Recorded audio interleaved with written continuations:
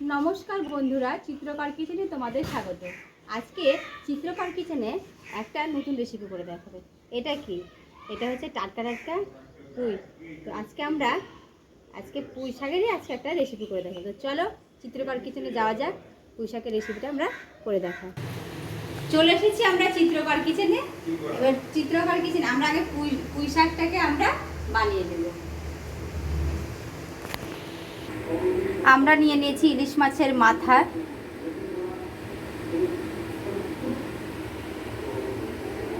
আমরা পুঁইয়ের শাক নিয়ে নিয়েছি, পুঁইয়ের শাকটাকে আলাদা করে নিয়েছি।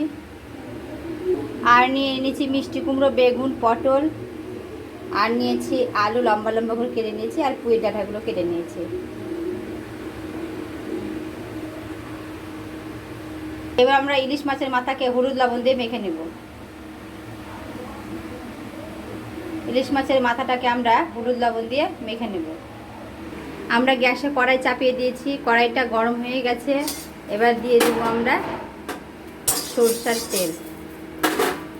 দিয়ে দিলাম আমরা সরষার তেল। এদিকে হলুদ লবণ দিয়ে আমরা মাথাটাকে একটু মাখালাম।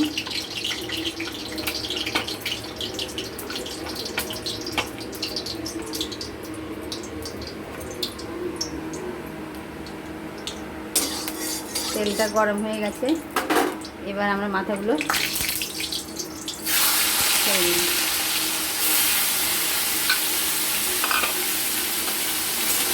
দিয়ে মাছগুলো আমরা মাছের মাথাগুলো আমরা ভেজে নেব।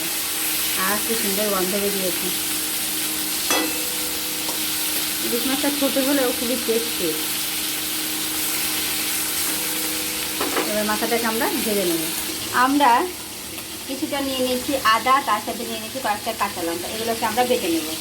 আমরা ইলিশ মাছের মাথা ভাজা হতে হতে আমরা আদা লঙ্কাটাকে বেটে নেব। তো ইলিশ মাছের মাথাটাকে উল্টে দিয়ে এবার আমরা আদা লঙ্কাটাকে বেটে নেব। এবার ইলিশ মাছের মাথাগুলো ভাজা হয়ে গেছে, এবার আমরা এটাকে তুলে নেব।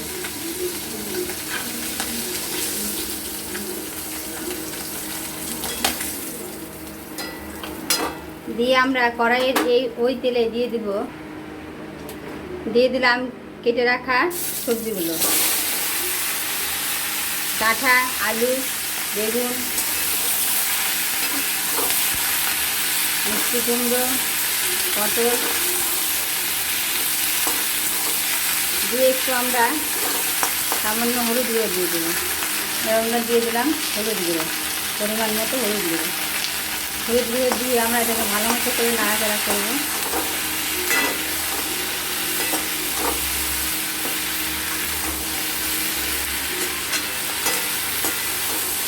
দিয়ে এটাকে আমরা ভালো মতো করে একটু ভাজা করে নেব। আঁচটা কিন্তু আমরা বাড়াবো না,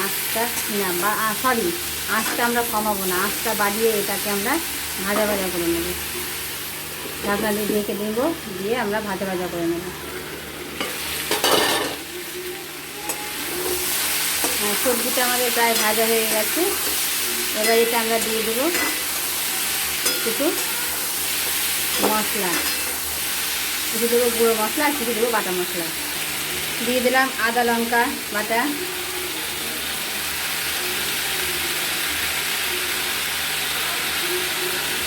আর দিয়ে দিলাম কিছু গুঁড়ো মশলা, জিরে গুঁড়ো, ধনে গুঁড়ো, কাশ্মীরি লঙ্কা গুঁড়ো দিয়ে এটাকে আমরা ভালো মতো করে কষবো।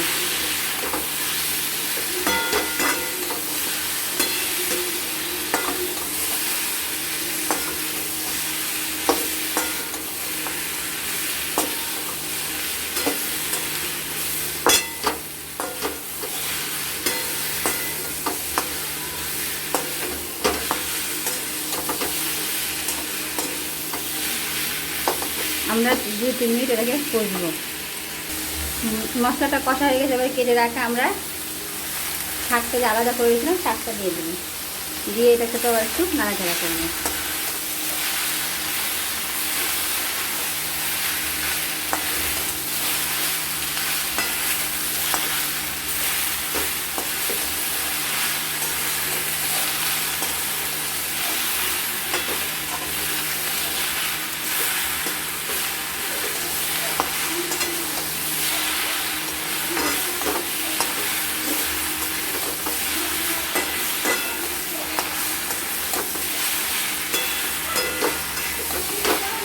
দিয়ে এটা একটু নাড়াচাড়া করে নিলাম।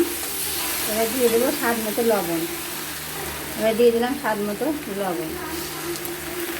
লবণ দিয়ে আমরা এটাকে একটু কষে নিলাম। এবার দিয়ে দেবো আমরা জল।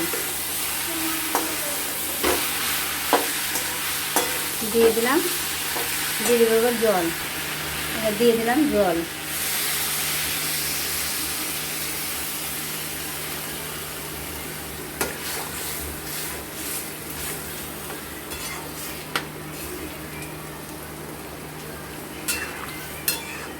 অল্প উপকরণ কিন্তু খেতে দুর্দান্ত হয়, আর বেশি মশলাও দিতে হয় না। ইলিশ মাছের মাথা দিয়ে করতে গেলে বেশি আলুটা দেখো সিদ্ধ হয়ে গেছে, সব সিদ্ধ হয়ে গেছে। এবার আমরা একটা ঢাকনা দিয়ে ঢেকে দেব। এটাকে আমরা একটু কিছুক্ষণ ফুটতে দেব। আমাদের ঝোলটা ফুটে গেছে। এবার একটু নাড়াচাড়া করে দেব। দিয়ে আবার ঢাকনা দিয়ে ঢেকে দেবো, আবার কিছুক্ষণ ফুটতে দেবো, 2-3 মিনিট। এবার এটাকে আমরা নামিয়ে নেব। এটাকে আমরা এবার নামিয়ে নেব, একটা পাত্রে আমরা নামিয়ে নেব।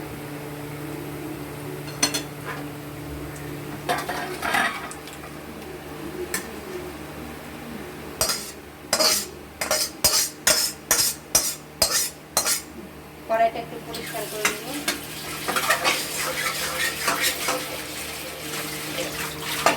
দিয়ে কড়াইটা আবার বসিয়ে দেব।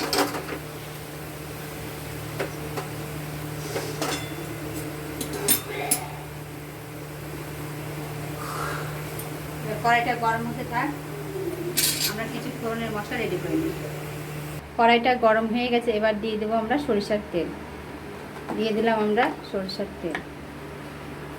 আমরা তেলটা গরম হয়ে গেছে। এবার দিয়ে দেবো আমরা তেজপাতা, 2টা শুকনো লঙ্কা আর 5 ফোড়ন। দিয়ে এটাকে আমরা লাল লাল করে ভেজে নেব।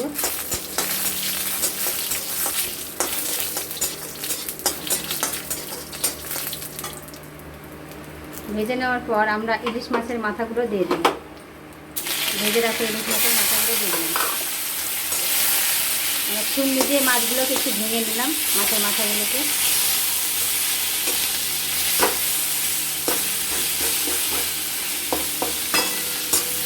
একটু নাড়াচাড়া করবো আমরা।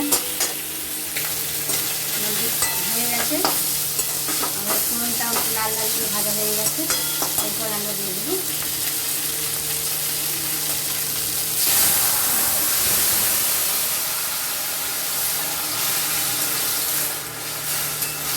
শাক করতে গেলে অবশ্যই কিন্তু এরকম ফোড়ন দিতে হবে। ফোড়ন না দিলে কিন্তু খেতে টেস্ট লাগবে না। ফোড়নটা হচ্ছে মেন।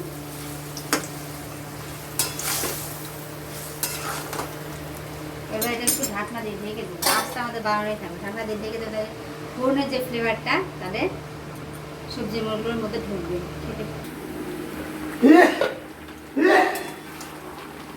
আমার ভিডিওটা যদি ইউটিউব থেকে দেখে থাকো আর ভিডিওটা যদি ভালো লেগে থাকে তাহলে অবশ্যই একটা করে লাইক, শেয়ার ও সাবস্ক্রাইব করে দেবে।